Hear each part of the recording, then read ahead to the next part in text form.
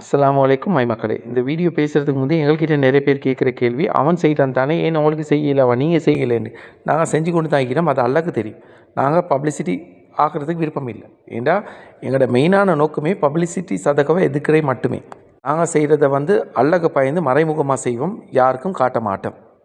இப்போ நான் ஒரு முக்கியமான சப்ஜெக்டை பற்றி பேச போகிறோம். இயற்கை அனர்த்தத்தில் பிரச்சனை முடிச்சு, இப்போ அதை விட பெரிய பிரச்சனை ஒன்று நாங்கள் சந்தித்து கொண்டிருக்கிறோம் எங்களோட மக்களால். அதாவது கள்ளன் விழிக்கிறான்கள் தானே, அரிசியை பதுக்கி பால் மாவை பதுக்கி எல்லாம் கூட விலைக்கு விற்கிறான். 5 கிலோ அரிசிக்கு 400-500 கூடையாக்கி விற்கிறார்கள்.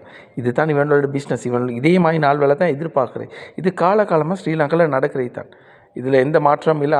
எந்த அரசாங்கம் வந்தாலும் இதே மாதிரி ஒரு விஷயத்துக்கு தான் நடவடிக்கை எடுக்கணும்.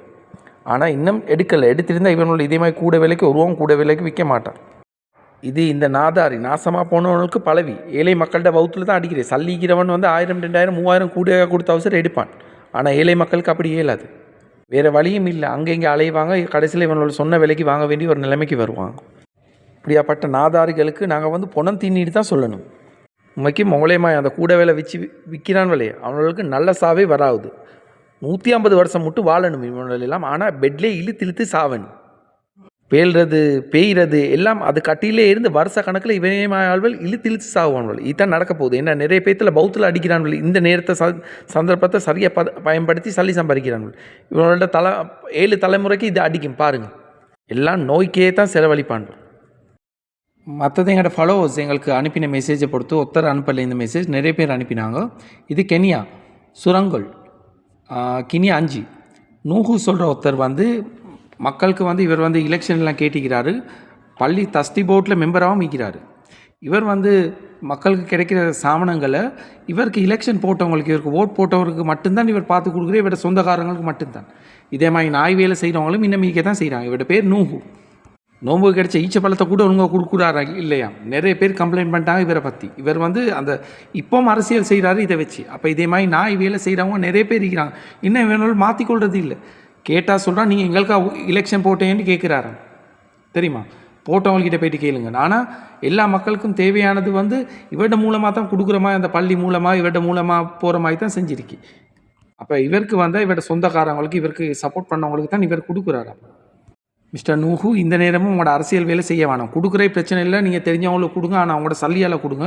மக்களுக்குன்னு கிடைக்கிறதுல நீங்கள் அதை வச்சு அரசியல் செய்ய வேணும். உங்களை பற்றின டீட்டெயில்ஸ் கொண்டிருக்கி நீங்கள் இதே வேலையை நீங்கள் ரிப்பீட் பண்ணீங்களோ அடுத்த வேறு மாயெல்லாம் வரும். ஏன்னா நீங்கள் நினைக்க வேணாம் இதெல்லாம் மற்றவங்களுக்கு பற்றி பேசுகிறேன்னு. எங்களே மாய ஆள்கள் பேச போயிட்டு தான் இவன்கள மாய ஆள்கள் கொஞ்சம் அவசரம் பயப்படுவான்கள். அப்படியே பேசுகிறதுக்கு இருக்கிறான் ஆள்கள் தப்பு செஞ்சால் மீடியாவில் வரண்டு பயப்படுவான். ஏன்னா மானத்துக்கு பயந்த அவசரம் இதே மாதிரி செய்ய மாட்டான். அழகு பயந்தால் நாங்கள் இதெல்லாம் போட வேண்டிய அவசியம் இல்லை. இதே மாதிரி பேசுகிறதுக்கு 2-3 பேர் வேணும். கொஞ்சம் புரிஞ்சுக்கோங்க. எனிவே மை மக்களே, ஆனவரை சொல்லிவிட்டோம். இனி அல்லட காவல். அஸ்ஸலாமு அலைக்கும். Good bye. அஸ்ஸலாமு அலைக்கும் வரஹ்மத்துல்லாஹி வபரகாத்துஹு. டிசம்பர் 2ஆம் தேதி 2025 பேசக்கூடிய டைம் ஸ்ரீலங்காவில் 4:45. இன்றைக்கு எங்களோட நாட்டில் நடந்துக்கிற நிலைமை எல்லாத்துக்கும் தெரியும். அதனால் ஒவ்வொருத்தர் உயிர்களை இழந்து, உடைமைகளை இழந்து, சொத்துக்களை இழந்து, தாய் தகப்பனை இழந்து, பிள்ளைகளை இழந்து, பொண்டாட்டிகளை இழந்து நிறைய பேர் கஷ்டப்பட்டு கொண்டிருக்கிறாங்க. இந்த டைமில் ஒரு சில கூட்டம் என்ன செய்யுதுன்னு சொன்னாக்கா, சாமானத்தால் பதுக்கி வைக்கிறாங்க.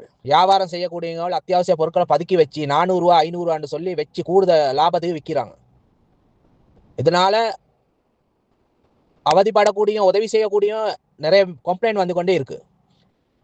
அதனால கவர்மெண்டால் அழைச்சிக்கிறாங்க 1972. அந்த டைமில் கோல் நிறைய பேர் சொல்கிறாங்க எமர்ஜென்சி நம்பர் பிஸி ஆகிக்குன்னு சொல்லி.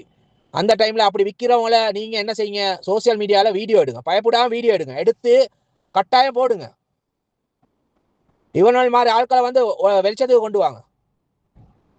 ஒவ்வொருத்தர் கஷ்டப்பட்ட டைமில் எப்படியும் ரத்தத்தை குடிச்சு சம்பாரிச்சு தின்னு மாட்டா நீங்கள் பீயாடா தின்றீங்க மோடேன் நீங்கள் உங்களுக்கு தான் இந்த மாதிரி அழிவு வரணும். மக்கள்கிட்ட காசை பறிச்சு தின்றீங்க. கேட்டா சொல்றீங்க நான் கூட வேலைக்கு எடுத்தேன். என்னடா கூட வேலைக்கு எடுத்துட்டு 400 ரூபா 500 ரூபா மனசாட்சின்ற உங்களுக்கு ஈகாடு அவங்களுக்கு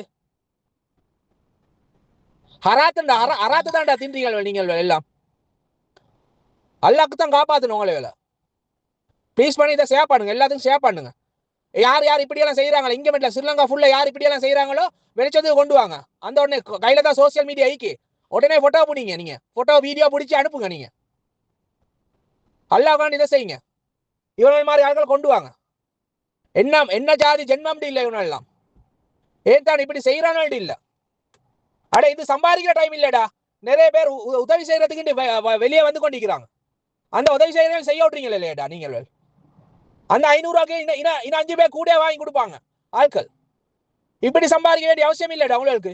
எல்லாரும் வந்து என்ன செய்யுங்க, இப்படி செய்யறவங்களை வந்து வீடியோ பண்ணி இல்லாட்டி இன்ஃபார்ம் பண்ணுங்க, கவர்மெண்ட் இன்ஃபார்ம் பண்ணுங்க, போலீஸ்க்கு 119 சார் அடிச்சு சொல்லுங்க, இந்த மாதிரி இடத்துல இப்படி செய்யறாங்கன்னு சொல்லி 197க்கு சரி அடிச்சு சொல்லுங்க. அஸ்ஸலாமு அலைக்கும்.